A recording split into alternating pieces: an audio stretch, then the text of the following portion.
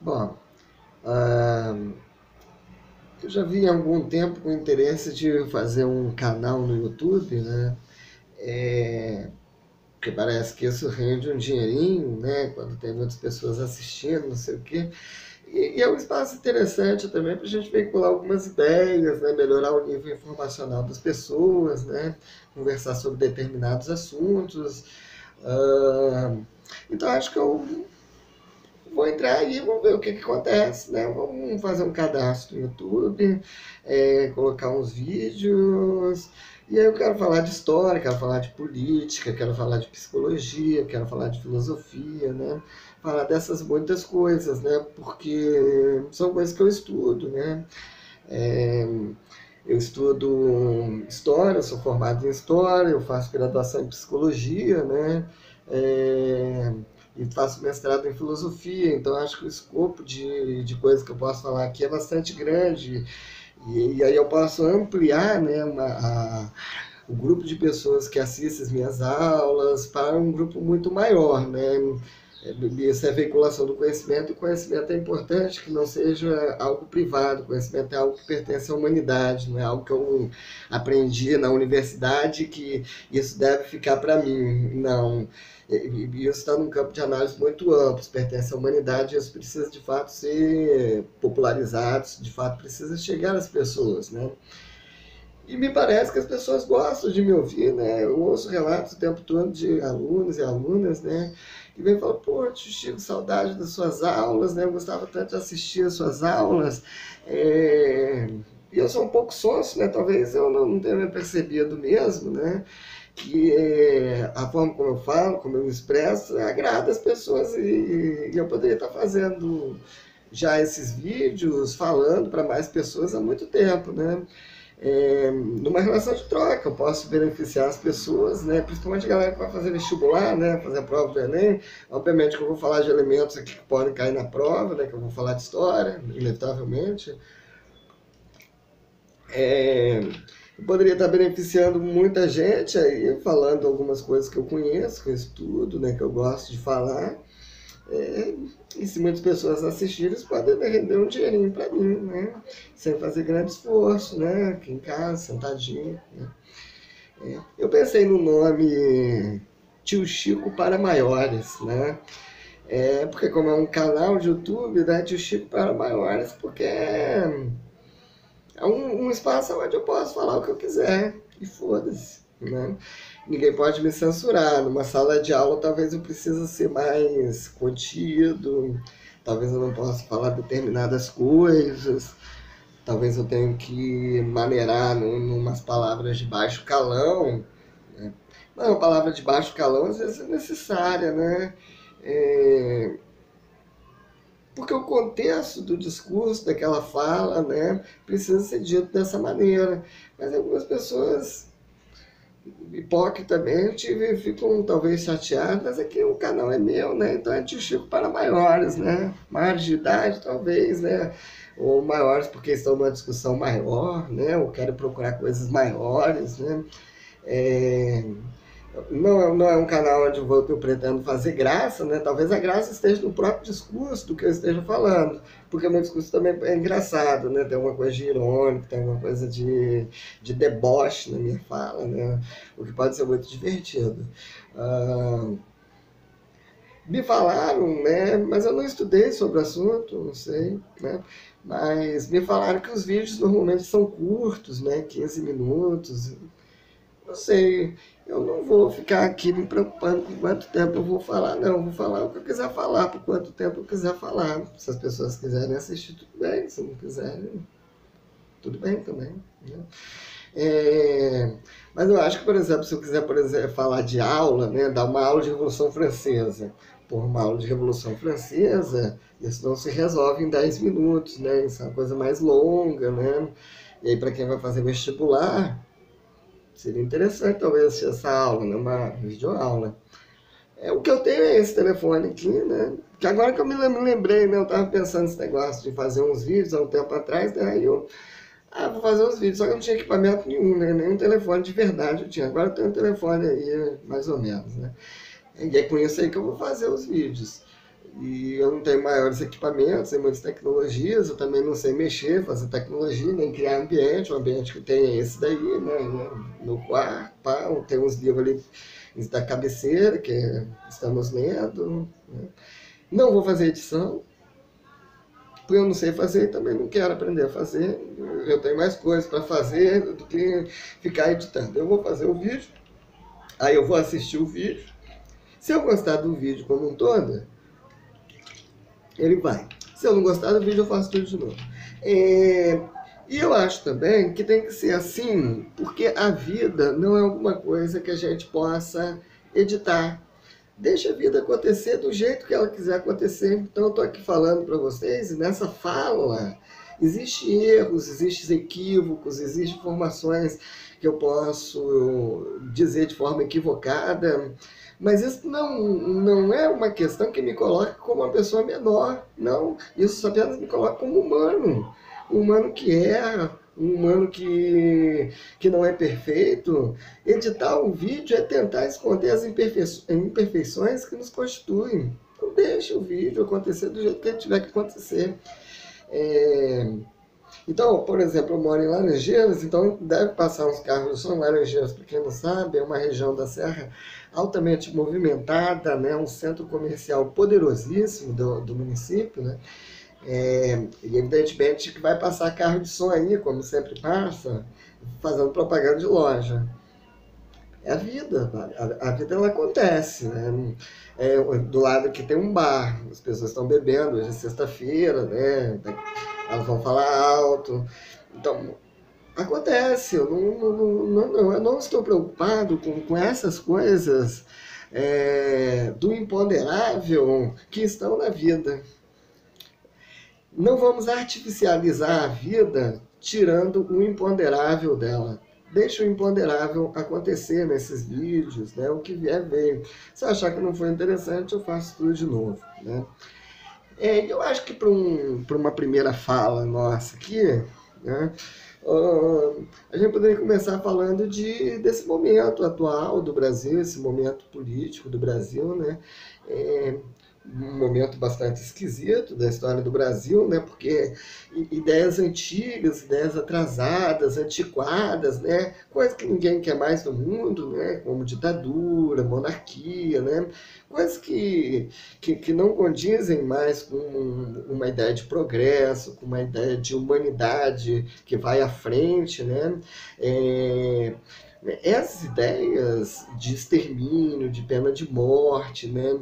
Essas ideias que contradizem o princípio básico da vida, essas ideias estão vindo à tona no Brasil e no mundo, né?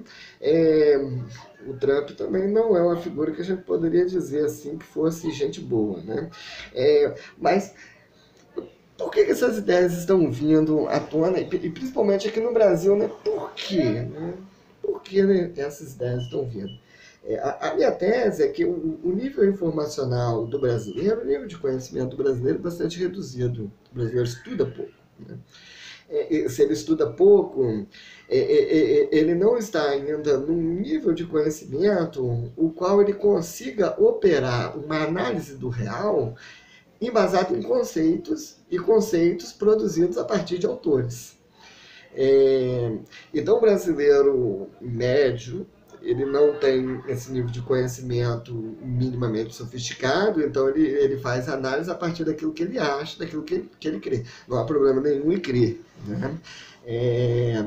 A crença é algo que faz parte da vida, faz parte do homem, faz parte da história, né? Mas a gente precisa criar, e as ferramentas existem, a gente precisa criar ferramentas que nos permitam fazer uma análise mais consistente. Ou que a gente aprenda que se eu tenho uma crença e o outro tem uma crença, a gente pode negociar a partir dessas crenças diferentes uma análise de mundo que possa ser interessante para essas duas crenças. E que a minha crença não seja imposta ao outro, e o outro não impõe a sua crença a minha, né? E para isso a necessidade de liberdade, a necessidade de debate, a necessidade de dialética, né? Bom, no Brasil, o nível de discussão ainda é bastante raso. não há dúvida com relação a isso. E aí o que se acaba fazendo é analisar as coisas a partir do que se acha. Mas mesmo se o nível de discussão do brasileiro tivesse melhor, em ciências humanas, em política, é difícil você afirmar conceitualmente as coisas. Por exemplo, na física, os colegas da física, eles conseguem afirmar algumas coisas de forma mais consistente que nós, das ciências humanas. E por que eles conseguem afirmar coisas de formas mais consistentes? Primeiro, porque eles utilizam de uma ferramenta lógica matemática, né? Essa ferramenta matemática é uma ferramenta muito interessante, né? Porque é uma linguagem que tenta retirar o erro da análise, é uma linguagem exata.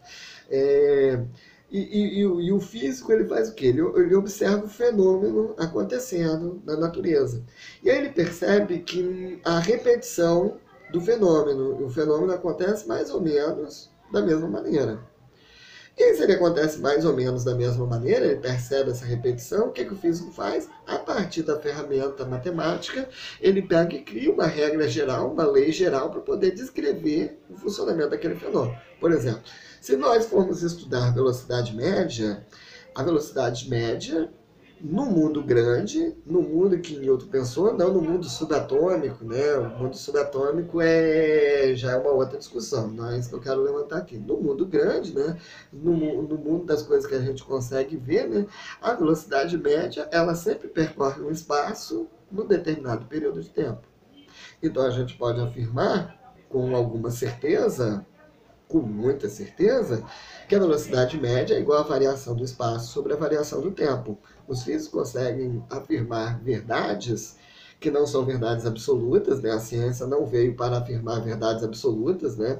A ciência, ela aparece como contraponto à dogmática religiosa católica medieval. Então, se a ciência vem para contrapor a dogmática católica, ela não vem para afirmar verdades absolutas, ela vem para afirmar verdades provisórias. Mas são verdades provisórias que se sustentam e se justificam por mais tempo, né? E explicam as coisas de forma muito mais objetiva. Não acontece o mesmo quando a gente fala de política, quando a gente fala de história, quando a gente fala de economia, né? E olha que a economia utiliza aí a ferramenta matemática, né? Mas apesar da ferramenta matemática estar operando os elementos econômicos, toda economia é uma economia política, né? A economia não funciona sem um elemento político. Então, por exemplo, se a gente for analisar o conceito de poder, não é possível afirmar poder com a mesma lógica, com a mesma objetividade com que se analisa a velocidade média. Porque se a gente for definir o que é poder, o que vai acontecer? Nós vamos encontrar vários autores no campo da filosofia política, no campo da ciência política, no campo da história, no campo da psicologia, no campo da... Enfim, muita gente vai definir o que é poder. E aí o que a gente faz? A gente pega um grupo que define poder mais ou menos da mesma maneira e contrapõe a um outro grupo que define poder de uma outra determinada maneira. Aí a gente contrapõe esses grupos díspares na definição do que é poder, e a partir disso a gente tenta pegar uma leitura, fazer uma leitura do conceito de poder, né? Mas a gente afirmou e disse de uma vez por todas o que é poder? Não. Porque é uma discussão. E é uma discussão que não termina, ela não finaliza, porque nós não estamos lidando com variáveis objetivas, nós não estamos lidando com fenômenos que se repetem dentro de uma previsibilidade matemática, né? Nós estamos falando de sociedades humanas, nós estamos falando de política, e a coisa não funciona de forma tão exata assim. E eu tenderia a afirmar que a natureza também não funciona assim, não. Mas pelo menos os matemáticos, os físicos, os químicos tentam afirmar algumas verdades aí, que do ponto de vista psicológico é bastante interessante, né? Porque se você afirma alguma verdade, você gera uma paz psicológica, né, no sentido de que você consegue ter controle sobre determinadas variáveis, sobre determinados conceitos, e aí você não fica completamente jogado no mundo que é completamente imprevisível, transitório, caótico, que não é possível definir nada, não sei o quê. Quando a física vai lá e define alguma coisa, essa definição é interessante porque ela gera uma calma. Não é o caos, não é a desordem, não é o completo imponderável que funciona no mundo. É possível explicar o mundo a partir de uma determinada lógica conceitual matemática.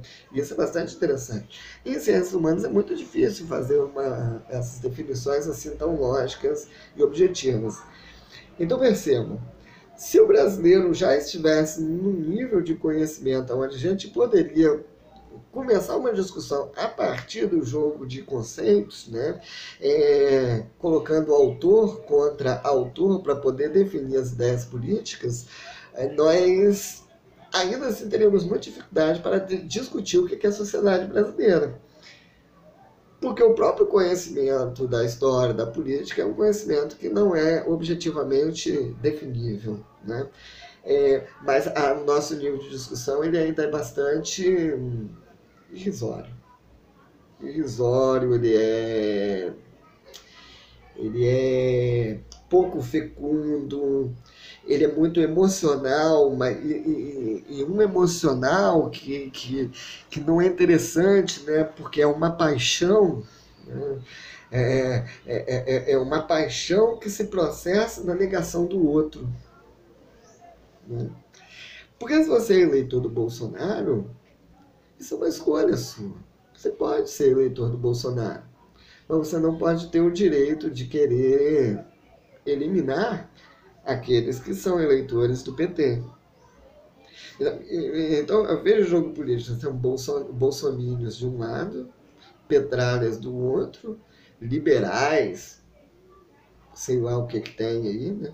Mas como a gente não está num nível conceitual interessante, a gente não consegue definir essas ideias, então no Brasil aparecem algumas coisas esquisitas, né?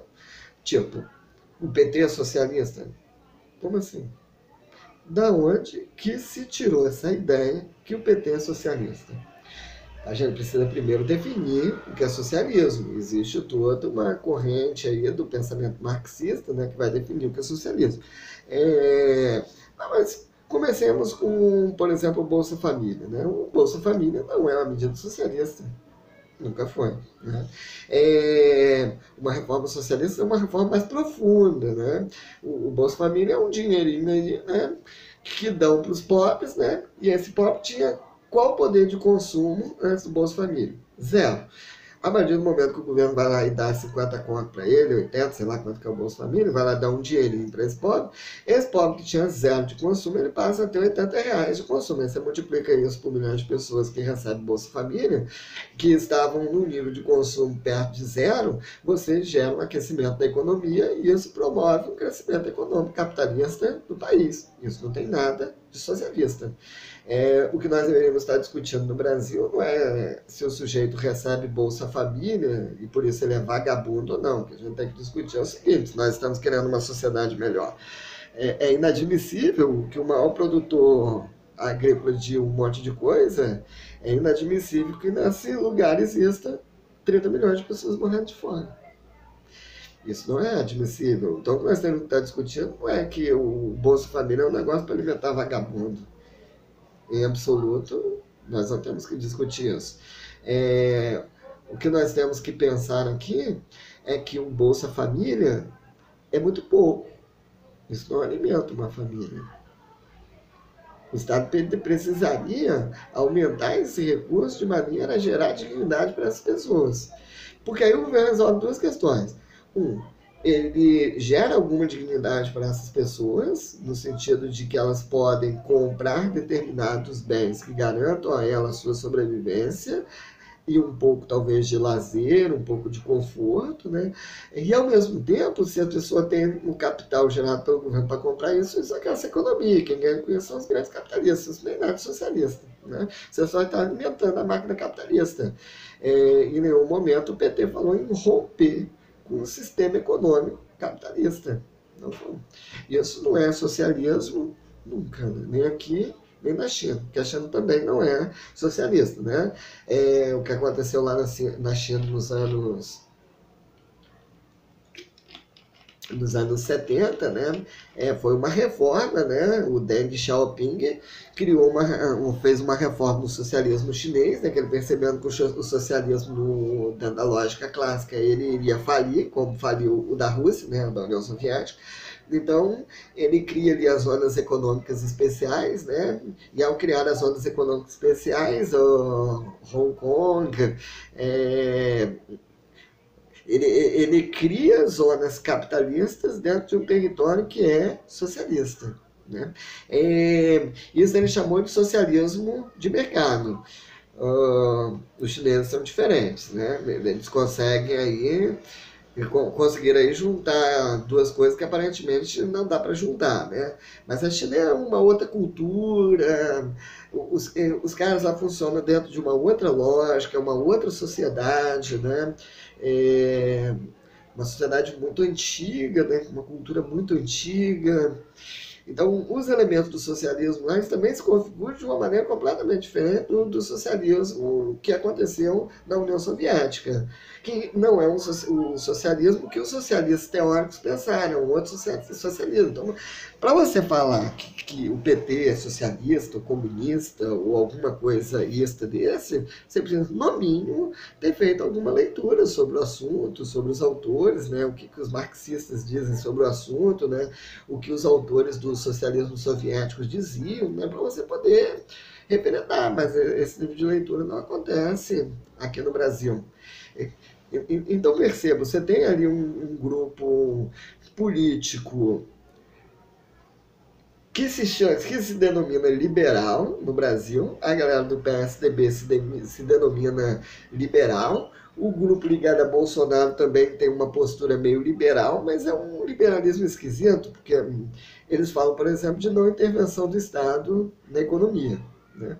Então o Estado não tem que cobrar imposto, o Estado deve reduzir as tarifas alfandegárias, sob a argumentação dos teóricos da economia liberal, de que se você reduz a carga tributária, você aumenta a taxa de reinvestimento do capitalista na própria produção, e se você aumenta a taxa de reinvestimento na própria produção, a empresa cresce, a produção, e para crescer a produção, ela vai gerar emprego, vai gerar mais riqueza, e isso vai fazendo que o próprio sistema rode.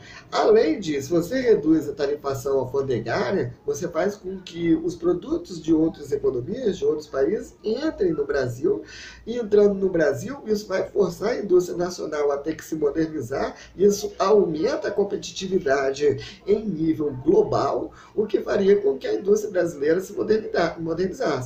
E em qualquer um desses casos, o maior beneficiado é quem? O mercado consumidor, porque se a concorrência aumenta, isso quer dizer que o preço das mercadorias diminui. Assim como a qualidade do produto também diminui. Tudo bem, a gente pode pensar que isso é uma ideia interessante, né? Lembrando que não é exatamente assim, porque obviamente que as grandes empresas multinacionais, mercado financeiro, não sei o que, só formam aí um conjunto de poucas empresas no mundo que mandam no mercado planetário inteiro. Mas vamos imaginar que dentro do plano abstrato seja isso. Tudo bem. Mas esse grupo que defende isso, que defende que cada vez mais privatizado, cada vez mais privado e menos público, esse grupo que se denomina liberal, é um grupo, por exemplo, que fica fazendo denúncias, né, de que a população LGBT é doente, né, ela sofre de desequilíbrio mental, transtorno mental, né, e que, portanto, as pessoas deveriam ser internadas em manicômios para que fossem tratados pelo Estado. Mas o Estado não tem que não intervir na economia, o Estado não tem que deixar que as coisas funcionem da forma que devem funcionar. Então, se o sujeito é LGBT, o Estado não tem nada a ver com isso. Assim como o Estado não tem nada a ver com a economia, também não tem nada a ver com a população LGBT. Então é mais interessante. Nós não estamos falando de uma população qualquer. A população LGBT, ela consome determinados produtos e o consumo desses determinados produtos faz com que a economia seja aquecida. Então, se você é liberal e você é cada vez mais privado, cada vez mais competição, cada vez mais produção, isso quer dizer que você não deve condenar um grupo porque ele é diferente de você, que está dentro de uma lógica heteronormativa, né? Eles consomem, eles são mercado, e o que o mercado liberal precisa fazer é absorver esse mercado, vender coisas para eles, né? Mas aí você fica condenando, o que está acontecendo? Né? É muito contraditório no Brasil, mas por que essa contradição acontece? A contradição acontece exatamente porque, como a discussão é num nível muito raso, não se consegue definir os conceitos, não se consegue definir as variáveis, e a partir da definição dessas variáveis, conseguir operar no campo real do que está acontecendo. Não se tem esse nível de discussão. Então existe um liberalismo que é conservador no Brasil. Que interessante, não é? No liberalismo, ou nas sociedades liberais, por exemplo, a Inglaterra, né? Ninguém está preocupado, ou pelo menos eu acho que boa parte da população não está preocupada com a população LGBT. Que se foda o que você faz entre quatro paredes, ninguém tem nada a ver com a sua vida. Desde que você pague os impostos e compre mercadorias e não fique falando que propriedade privada é um problema criado para gerar desigualdade social, desde que você não fale que tem que romper com o capitalismo, desde que você mantenha a estrutura funcionando como está funcionando, ninguém tem nada a ver com se você pega rapazes, ou pega meninas, ou pega, sei lá, o que você quiser pegar, né? Isso ainda é uma coisa muito provinciana, muito atrasada. Você dizer que, nossa, tem dois homens se beijando, que absurdo, como é que eu vou falar isso pro meu filho? Como é que eu... Filho, você saiu já do século XVII, nós estamos em 2018, século XXI, desencana, relaxa. Né? As pessoas podem se pegar quem elas quiserem. Dentro da lógica liberal, você deve permitir, porque não há nada de errado nisso. Né? É bastante curioso como que a estrutura política brasileira funciona. O que acontece esse ano, eu acho que esses vídeos serão um pouco para analisar a conjuntura política que nós temos hoje. É um período eleitoral e, obviamente, que eu vou aqui fazer o carro de som passando. Eu vou aqui, obviamente, levantar a discussão sobre o processo eleitoral, o que está acontecendo aqui no Brasil, o que está acontecendo, por que é desse jeito, né? Não para afirmar uma verdade, eu não tenho verdades a afirmar, mas para fazer uma análise, né? Para poder pensar sobre o assunto, né? Para poder sugerir que vocês também pensem sobre o assunto, né? E como eu vou tentar falar desses assuntos, obviamente que o tempo todo eu vou estar me remetendo a outras coisas, a história, a política, a economia, né? Se eu viesse aqui para vocês e dissesse assim, esse canal do YouTube é um canal para produzir o conhecimento, e o próprio conhecimento, o próprio pensamento, o próprio exercício do pensar, enquanto uma qualidade do homem, só por isso eu estou aqui falando para vocês. As pessoas dizem, porra, mas que papo de maconheiro desse cara, né? O cara vai criar um canal no YouTube porque para as pessoas fiquem pensando, é papo de doidão, né? Então vamos dar utilidade para o negócio aqui. O que eu vou falar aqui é muito interessante. Por exemplo, se você vai fazer uma prova de concurso público, eu estou falando de questões de atualidades, né? E durante muito tempo eu dei aula de atualidades, 10 anos. E é interessante também para você que vai fazer a redação do Enem ou qualquer outra redação, porque eu vou falar de temas de atualidades, que tem ali um substrato conceitual das ciências sociais, das ciências políticas, da história, né? E para você que vai fazer a prova de ciências humanas do Enem, né, batata. O que eu estou fazendo aqui é dando aula de ciências humanas e suas tecnologias. Então, o que eu estou falando aqui é útil e eu acho que eu tenho que fazer isso, é uma contribuição importante que eu posso dar às pessoas. Eu dou aula no projeto Universidade para Todos, né? O projeto Universidade para Todos é um projeto interessante, né? Onde lá por volta de 1996, mais ou menos, né, um grupo de alunos, né, da economia e da administração lá da UFES, né, Vasconcelos, Rodrigo e Ricardo Trazes, são irmãos, né, eles tiveram a ideia de criar um pré-vestibular, né, para a população da escola pública, né, porque um deles foi dar aula na escola pública, né, essa história, eles foram dar aula na escola pública e eles chegaram. E aí, o que vocês vão fazer? Vocês vão fazer vestibular para quê? Vocês vão estudar o quê? Como é que é? E aí, eles falam, como assim fazer vestibular? Ou seja, não estava no universo existencial daqueles alunos do terceiro ano, naquela época, fazer vestibular para entrar na UFS. Alguns nem sabiam que tinha uma Universidade Federal do Espírito Santo, né? Outros sabiam, mas não se achavam potencialmente capazes de entrar na universidade. Isso é impossível, isso não é coisa para nós, que somos pobres.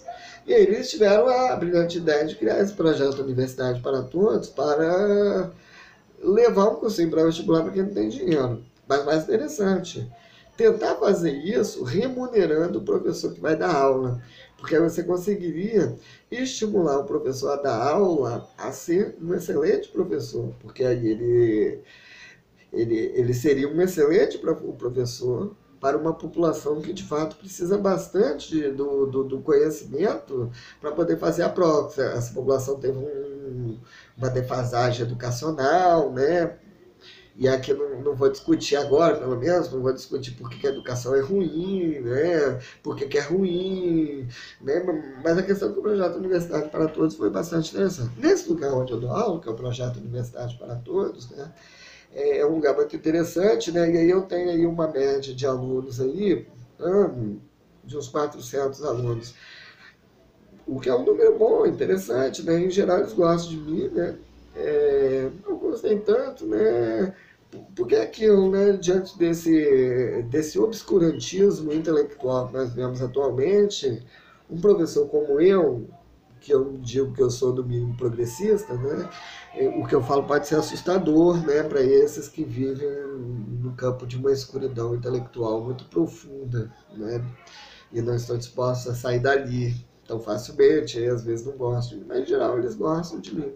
Então nós temos a média de 300, 400 alunos por ano, que é um número bom de pessoas.